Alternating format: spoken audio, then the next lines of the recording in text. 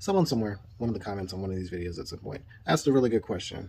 When I was talking about research and research methods and how to give good research, like using sources and stuff, I talked a little bit about interrogating sources, interrogating your beliefs. And this is something that's really challenging for a lot of people. But what I want to do is I want to spend some time talking about what does it mean to actually interrogate your beliefs? How do you correctly ask questions, right? Because that's the thing we end up with when we're talking about people who are doing bad research or just don't know what the fuck they're talking about.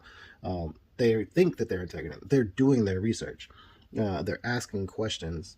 They just are not asking the right questions. They're not asking the questions that actually dig into the beliefs of that system. Let's start off with the first thing.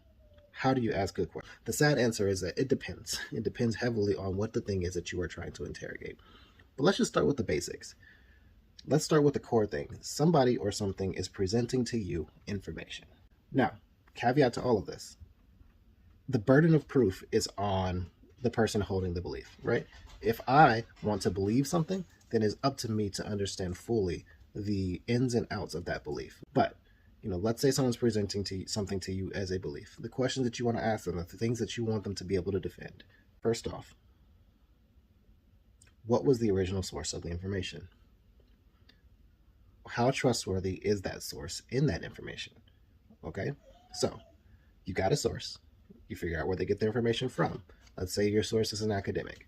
Okay, they get their information from firsthand sources that they looked at.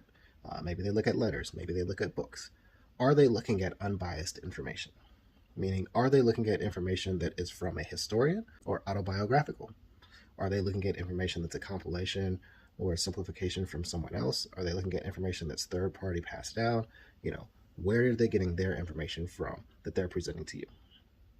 Third, how trustworthy is that data? And that can lead to a couple of different layers. Have they checked that data against other data? Is there anything else corroborating that data? Can that data be verified by any of our methods today, i.e. observable and repeatable in a scientific sense?